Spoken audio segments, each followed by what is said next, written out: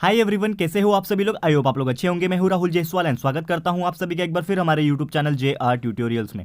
Friends, आज again आपके सामने एक मोस्ट इंपॉर्टेंट साइंस का लेक्चर वीडियो लेकर आ गया हूं दोस्तों, जिसमें हम पढ़ने वाले हमारा 10th स्टैंडर्ड के लिए साइंस सब्जेक्ट का जो पार्ट 2 होता है, इसका हमने जो चैप्टर शुरुआत किया था दोस्तों, जिसका नाम है chapter number 8 cell biology and technology. आज हम इस पर्टिकुलर चैप्टर का लेक्चर नंबर 4 आपके लिए लेकर आ गए हैं, जो कि अगेन एक बहुत ही ज्यादा इंपॉर्टेंट लेक्चर वीडियो होने वाला है। तो दोस्तों, जैसे कि आपको पता है कि इसके पहले भी हमने बहुत सारी चीज कवर किया था एंड हम लोग का जो टॉपिक चल रहा था वो वैक्सीन्स एंड वैक्सीनेशन का चल रहा था। तो आज हमें सबसे पहला जो टॉपिक पढ़ना है वो अगेन वैक्सीन्स एंड वैक्सीनेशन के ऊपर, वो है एडिबल वैक्सीन। यानी कि कौन से ऐसे वैक्सीन है जो हम लोग खा सकते हैं। जैसे कि आपको पता है एडिबल वैक्सीन में आ जाता है कि बहुत सारे ऐसे एडिबल वैक्सीन होते हैं जिसका प्रोडक्शन किया जाता है बहुत ज्यादा। और एग्जांपल के तौर पे बात किया जाए, ये बहुत ज्यादा यूज किया जाता है, जो कि है पोटैटो। तो potato are being produce with the help of biotechnology, यानी कि बायोटेक्नोलॉजी का इस्तेमाल से पोटैटोस की खेती की जाती है, पोटैटोस को उगाया जाता है, प्रोड्यूस किया जाता है। और ये जो पोटैटोस होते हैं ना, जो बायोटेक्नोलॉजी के हेल्प से जो उगाया जाता है, प्रोडक्शन किया जाता है, इस पोटैटो को बोला जाता है ट्रांसजेनिक पोटैटो। क्योंकि ये नॉर्मल पोटैटो नहीं है, इसमें बायोटेक्नोलॉजी का इस्तेमाल किया गया है। और ये जो पोटैटो है, ये एक बैक्टीरिया जो होते हैं ना, इनके अगेंस्ट में काम करता है। एक तरीके से आप बोल सकते हो वाइब्रियो कॉलेरे एंड एस्केरिशिया कोलाई, यानी कि ऐसे कुछ बैक्टीरियाज के अगेंस्ट में ये जो पोटैटो है वो काम करता है। और तो अगर हम लोग ये टाइप के पोटैटोस को अगर हम खाते हैं, ठीक है ना, if we eat this type of potato, तो ये क्या करता है, इम्यूनिटी जनरेट करता है हमारे शरीर के अंदर, हमारे बॉडी के अंदर, ताकि हम कुछ डिसीज जैसे कि कॉलेरा, कुछ डिसीज जो होते हैं जो ई कोलाई बैक्टीरिया की वजह से हमारे शरीर में आते हैं, तो उससे वो लड़ सके, उससे वो फाइट कर सके। तो इसीलिए ऐसे टाइप के कुछ बैक्टीरिया जो होते हैं वो हमें क्या करते हैं, नुकसान पहुंचाते हैं। तो ये जो पोटैटो है, अगर हम खाते हैं, ट्रांसजेनिक जो पोटैटो है, प्रोड्यूस किया जाता है बायोटेक्नोलॉजी के हेल्प से, अगर इसको हम लोग खाते हैं तो हम इस बीमारी से लड़ सकते हैं। क्लियर है दोस्तों। चलते हैं आगे की तरफ, जो कि है ट्रीटमेंट। तो क्या हो सकता है ट्रीटमेंट। तो बायोटेक्नोलॉजी के इस्तेमाल से अगर देखा जाए तो ये बहुत ज्यादा यूजफुल है for the production of hormones like insulin, somatotrophin and blood clotting factors. बहुत सारे ऐसे बीमारियां होते हैं, बहुत सारे ऐसी चीजें होती है जिसको हमें ठीक करने की जरूरत होती है, तो उसके लिए हमें ट्रीटमेंट की जरूरत पड़ती है।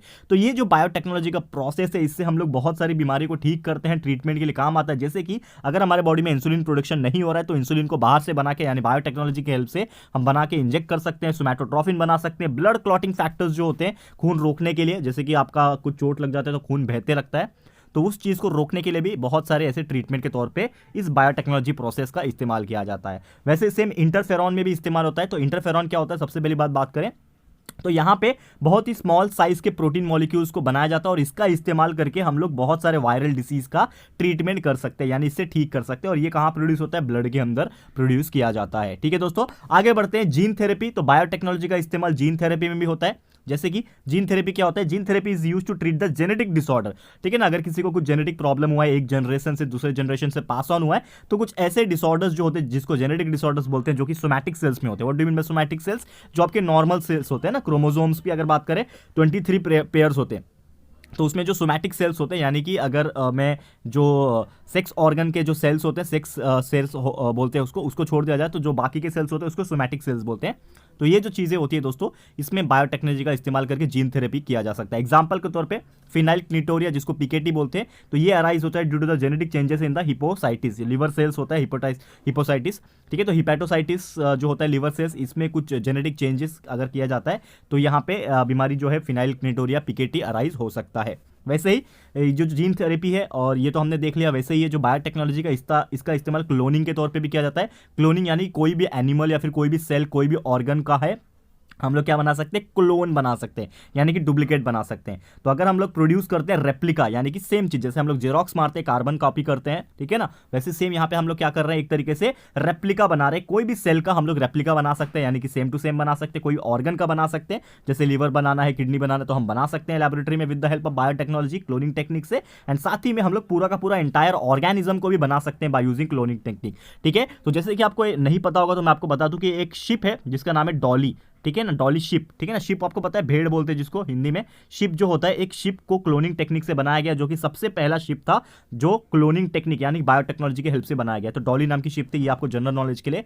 याद रखना है कि this is the first sheep और this is the first animal which is produce by using the cloning technique of biotechnology. तो आपको ये चीज याद रखना है। ठीक है, आगे बढ़ते हैं हम लोग और बात करें। इसमें और भी बहुत सारी चीज दी है, जैसे कि क्लोनिंग जो होते हैं वो भी दो टाइप के होते हैं। जैसे कि पहला है रिप्रोडक्टिव क्लोनिंग। तो इसमें क्या होता है, ये क्लोन के अंदर it is produce by the fusion of A nucleus of somatic cells with the E nucleated ovum of anybody, यानी कि अगर कोई भी सोमैटिक सेल का न्यूक्लियस ले लिया जाए और दूसरे किसी भी चीज का ओवम, यानी कि एक चीज सोमैटिक सेल का न्यूक्लियस और दूसरा ई न्यूक्लिएटेड सिंगल न्यूक्लिएटेड ओवम ले लिया जाए दूसरे बॉडी का, और ये दोनों को मिला के फ्यूजन किया जाए, तो वो जो चीज प्रोड्यूस होगा उससे क्या होगा, क्लोनिंग किया जा सकता है। और इसमें क्या होता है, कोई भी स्पर्म की जरूरत नहीं पड़ती, यानी कि मेल जो गैमेट होता है, मेल का जो गैम होता है, सेक्स गैमेट जो होता है मेल का, जिसको स्पर्म बोलते हैं, उसकी जरूरत नहीं पड़ती, क्योंकि उसके जगह पे आपने क्या ले लिया, यहाँ पे सीधा सीधा न्यूक्लियस ले लिया है सोमैटिक सेल का, ठीक है, और साथ में कोई भी अदर ऑर्गेनिज्म का ई न्यूक्लिएटेड ओवम ले लिया है और उसको ही कंबाइन करके फ्यूजन करके हम लोग बना सकते हैं ऑर्गेनिज्म को, ठीक है दोस्तों। तो यहाँ पे कोई भी स्पर्म की जरूरत नहीं पड़ती है कि न्यू ऑर्गेनिज्म को प्रोड्यूस करने के लिए, ठीक है। सेकंड बात करें यहाँ पे, जो स्टेम सेल्स होते हैं, it can be derive from the cells form in the laboratory by the union of somatic cells, यानी कि अगर हम लोग कोई भी सोमैटिक सेल्स का यूनियन अगर करते हैं तो उससे हम लोग स्टेम सेल्स बना सकते हैं। स्टेम सेल्स मैंने आपको बताया था, कोई भी नया सेल्स बनाने के लिए स्टेम सेल्स की जरूरत पड़ती है, तो स्टेम सेल्स को हम बना सकते हैं, डिराइव कर सकते हैं लैबोरेटरी के अंदर, किससे, अगर हम सोमैटिक सेल्स का न्यूक्लियस ले लेंगे और ई न्यूक्लिएटेड एग सेल ले लेंगे, तो ये दोनों के फ्यूजन से, यूनियन से हम लोग क्या बना सकते हैं, स्टेम सेल्स को जनरेट कर सकते हैं, बना सकते हैं। और बहुत सारी डिसीज जो है इसके वजह से ट्रीट की जा सकती है bye using the stem cells, क्योंकि एक बार आपने अगर स्टेम सेल्स बना लिया तो इससे आप नया सेल्स भी बना सकते हो और उससे आप कोई भी डिसीज को जो है, बहुत सारी डिसीज है उसका ट्रीटमेंट जो है वो भी कर सकते हो। क्लियर है दोस्तों? तो उम्मीद करता हूं कि ये भी चीज आपको क्लियर हो गया होगा। आगे बढ़ते हैं, और भी बहुत सारी चीजें हैं जो टेक्नोलॉजी, बायोटेक्नोलॉजी की हेल्प उसमें होती है, जैसे कि इंडस्ट्रियल प्रोडक्ट्स। तो बहुत सारे ऐसे इंडस्ट्रियल प्रोडक्ट्स जो है वाइट बायोटेक्नोलॉजी जिसको बोलते हैं हम लोग, इसका इस्तेमाल किया जाता है। तो बहुत सारे ऐसे इंडस्ट्रियल प्रोडक्ट्स होते हैं जैसे कि it can be produce through the less expensive process, क्योंकि नॉर्मल तरीके से आप प्रोड्यूस करेंगे तो शायद एक्सपेंसिव रहेगा, ज़्यादा कॉस्टली रहेगा, लेकिन हम लोग बायोटेक्नोलॉजी या फिर जो वाइट बायोटेक्नोलॉजी बोलते हैं, इसका प्रोसेस का अगर यूज़ करेंगे तो वो जो प्रोडक्ट बनाया जाएगा इंडस्ट्रियल प्रोडक्ट, इसका खर्चा काफ़ी कम होगा, यानी कि लेस एक्सपेंसिव रहेगा। अब वो प्रोडक्ट कौन से हो सकते हैं, कौन से ऐसे इंडस्ट्रियल प्रोडक्ट है, जैसे कि एल्कोहल प्रोडक्शन, ठीक है ना, जो शुगर के मोलासिस से बनाते हैं ना, जो शुगर केन का छिलका बचता है उसको फर्मेंट किया जाता है, उससे एल्कोहल बनाया जाता है। तो ये प्रोसेस अगर हम लोग ट्रांसजेनिक ईस्ट का इस्तेमाल करते हैं अगर, तो ट्रांसजेनिक ईस्ट क्या हो जाएगा, एक तरीके से बायोटेक्नोलॉजी का हो जाएगा। तो इसका इस्तेमाल करके अगर हमने अल्कोहल प्रोडक्शन किया तो काफी ज्यादा यहाँ पे हमारा जो पैसा है, कॉस्टिंग जो है बच सकता है, यानी कि एक लेस एक्सपेंसिव प्रोसेस जो है वो चीज बन सकता है। क्लियर है? तो ये इसका एग्जांपल आपको याद रखना है। वैसे ही बायोटेक्नोलॉजी का इस्तेमाल इन्वायरमेंट और बायोटेक्नोलॉजी में भी होता है, जैसे कि इन्वायरमेंट जो होता है, हमको पता है कि इन्वायरमेंट रिलेटेड प्रॉब्लम्स जो है हम लोग बहुत सारा सॉल्व कर सकते हैं बाय यूजिंग बायोटेक्नोलॉजी, यानी कि बायोटेक्नोलॉजी के इस्तेमाल से, हेल्प से हम लोग बहुत सारे ऐसे इन्वायरमेंटल फैक्टर्स है, इन्वायरमेंटल प्रॉब्लम्स है, उसको हम लोग छुटकारा पा सकते हैं, सॉल्व कर सकते हैं। तो माइक्रोबियल टेक्निक्स जो होते हैं ये ज्यादातर इस्तेमाल किया जाता है for the treatment of sewage, जो गटर वगैरह होता है, कचरा जो होता है या फिर सॉलिड वेस्ट होता है, उसको खत्म करने के लिए, उसको ट्रीट करने के लिए, ट्रीटमेंट करने के लिए माइक्रोबियल टेक्निक्स, जो कि एक पार्ट है हमारा बायोटेक्नोलॉजी का, इसका इस्तेमाल किया जाता है ताकि हमारा कूड़ा कचरा वगैरह जो है वो क्लीन हो सके और वेस्टेज जो है कम से कम हो। क्लियर है? और ये बात करें, माइक्रोब्स जो होते हैं, it is useful for the production of compost, ठीक है ना। कंपोस्ट यानी कि एक तरीके से खाद बोल सकते हो, मैन्योर तैयार करते हैं हम लोग, तो खाद तैयार किया जा सकता है by the treatment of solid organic waste material.